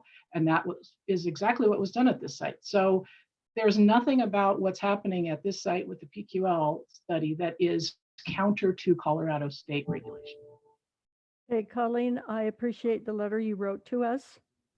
And I appreciate the effort you put into it. And I appreciate your explanation now. However, I do believe both EPA, because I know Les Sims was trying to get this number down at the site before he passed away. And he, as soon as he was no longer on the site, we went back to this where we're at now. And it's our opinion from the information we've read in the NCP that both EPA and the state are walking a thin line, and we understand that you can do it. It's been going on for a long time at Lowry Landfill, and so we know it happens, but there's got to be a time when the public can look to the agencies and say, well, this is the standard, so this is what we're going to use, not to make it easier for the people who are running the site. And so I just want to say, I understand what you're saying. I'm sure that you did good research, but it just seems to me that everything that's been said to us, it just kind of sounds like we're just walking a thin line here. And I just don't have the funds to hire an attorney to research this for us. And so this is the way it's going to be. I understand that. So I'm not going to fight that. But I do want to say, I think we're all walking a thin line. Okay, more on this subject, or Linda, what I want to do is turn to you for your aspirations between now and September for completing the review of comments and producing responses, and then just a little look at the plan for September's agenda. I just had a quick response. Yeah. On the aquifers that go underneath the site. If they become polluted more than 0.9, people are eventually going to be drinking that water, especially from the Denver and then from the Arapahoe. And so that's our big concern.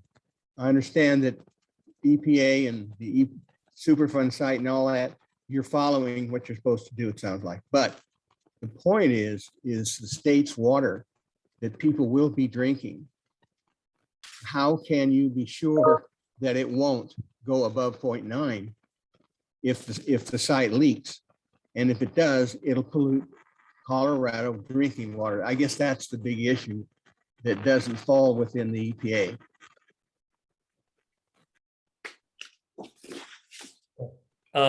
Linda, plan going forward?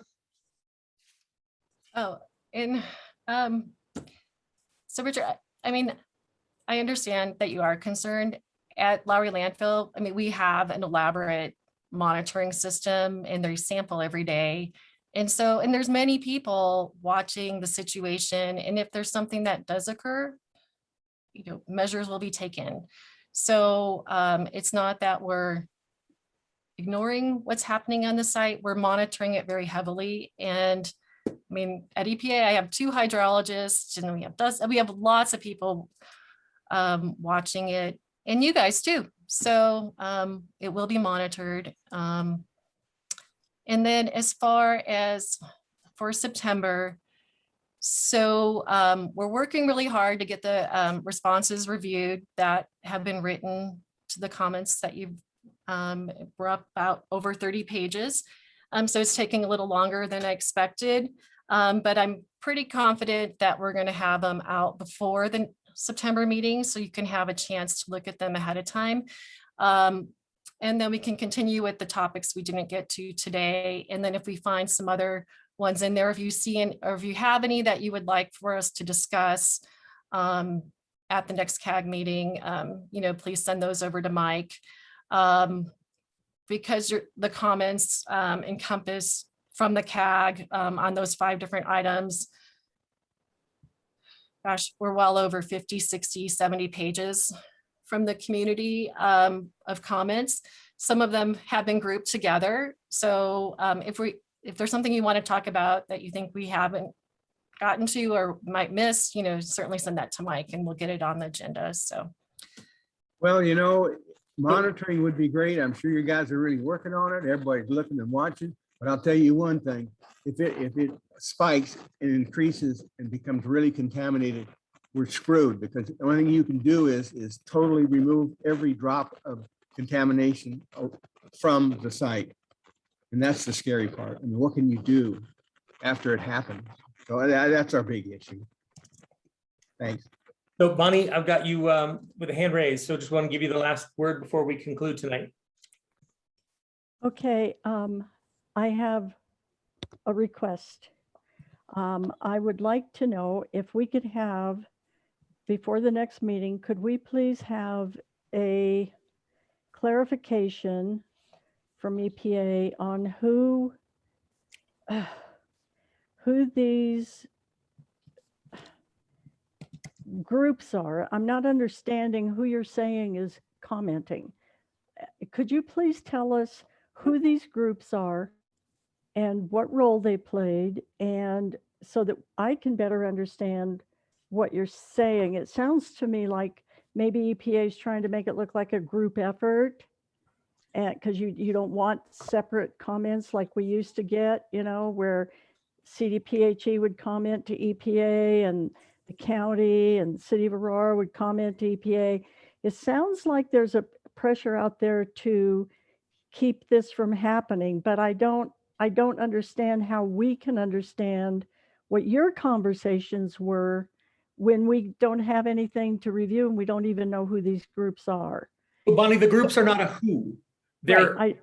the document that you got in advance shows groups of comments received at different times from the CAG as a transmittal that came all at once. So groups of comments, not groups of people.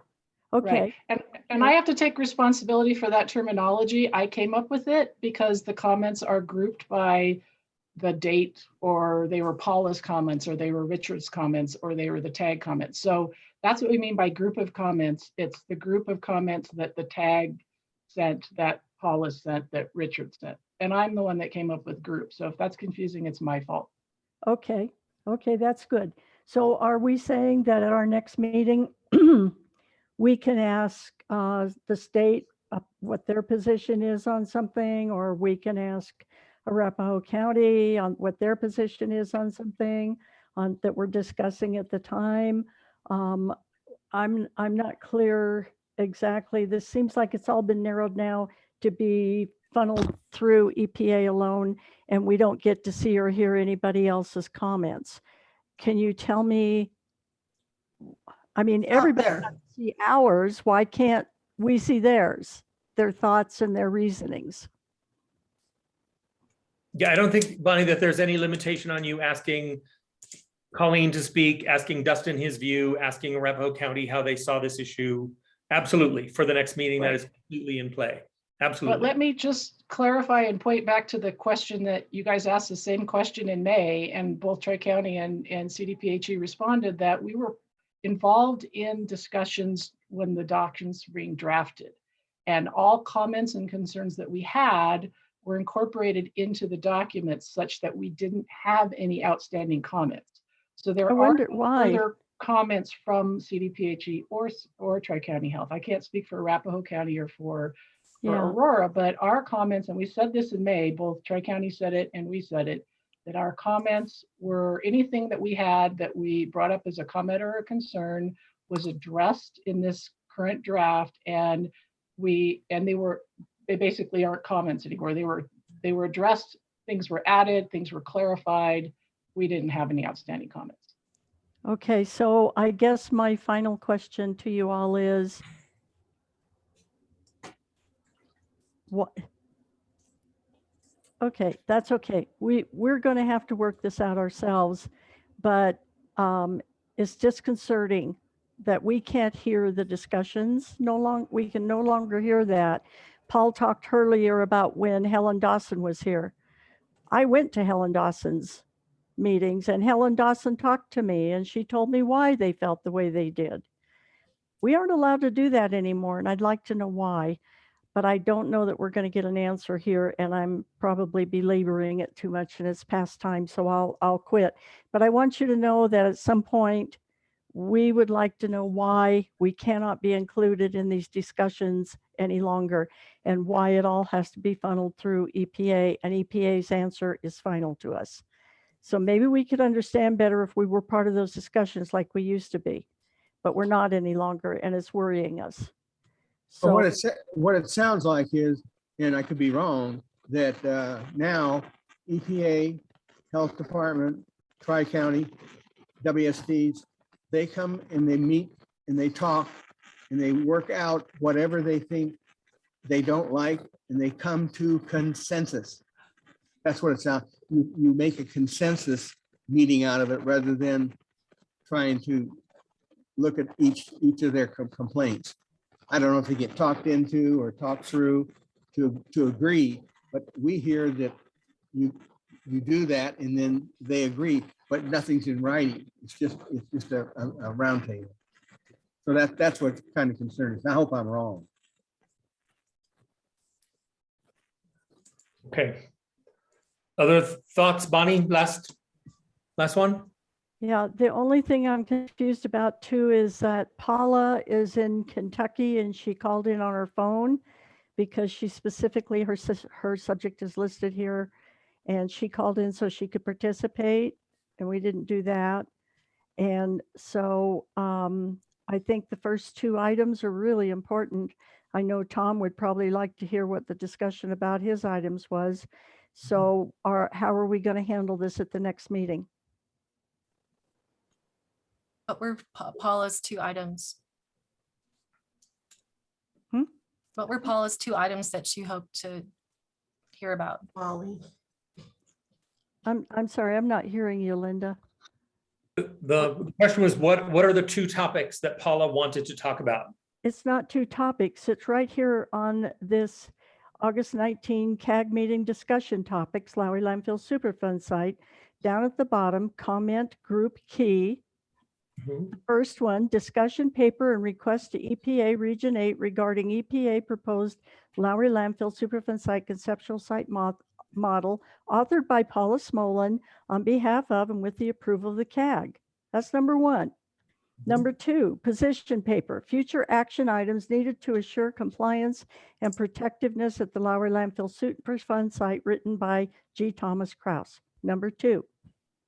And so Paula called in from Kentucky thinking that she was going to hear a discussion about this and a response from EPA. Okay. So that was my question. Will these two items be on the next agenda? So Well, go ahead. I think there was a misunderstanding of, so the items listed first, the topics, like the north boundary barrier wall, those were the topics for today. And then the different papers and positions, that was used as a key to say this comment in group 4, which is the tag comments on the CSE, comment number 1. It was to show like what document those topics were found in. So it wasn't meant to be a discussion on Paula's paper. It was meant to be on those topics that were found in those items. So I apologize for the confusion on that.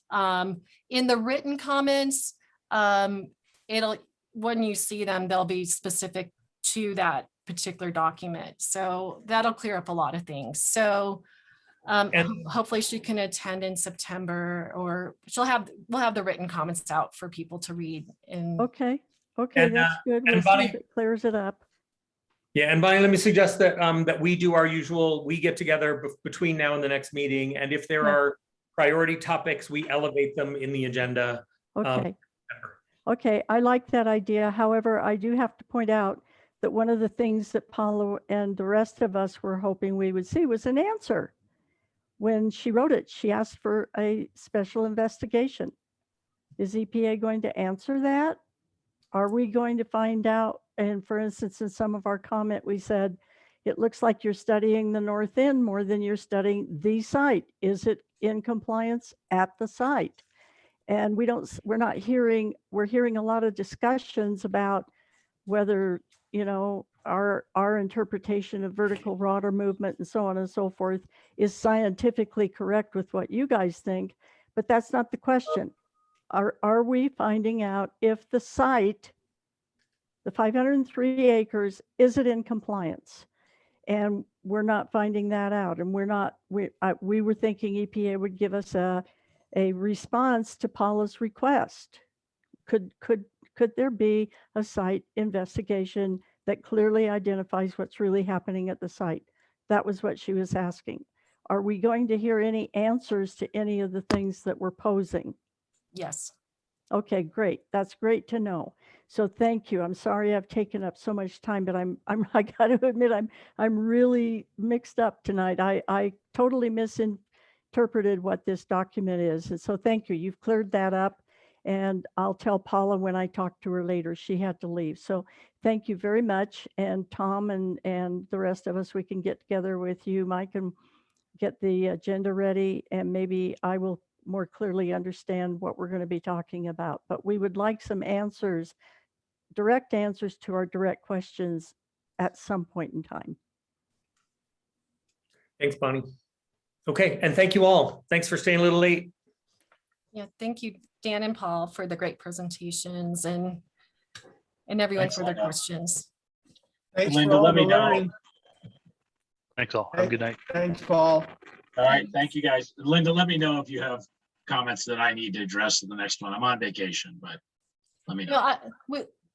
You know how to have fun, Paul, on your vacation. Well, that's why I wanted to do it tonight, Mike, because I have a beach house for a week. I don't want to be. Yeah, I won't bother you. I won't know if I have internet. So anyway, No, you all have we're good. We're good. We don't want you to get sand in your laptop, Paul. Enjoy yourself. Thank you, guys. All right, Thanks. take care. Bye.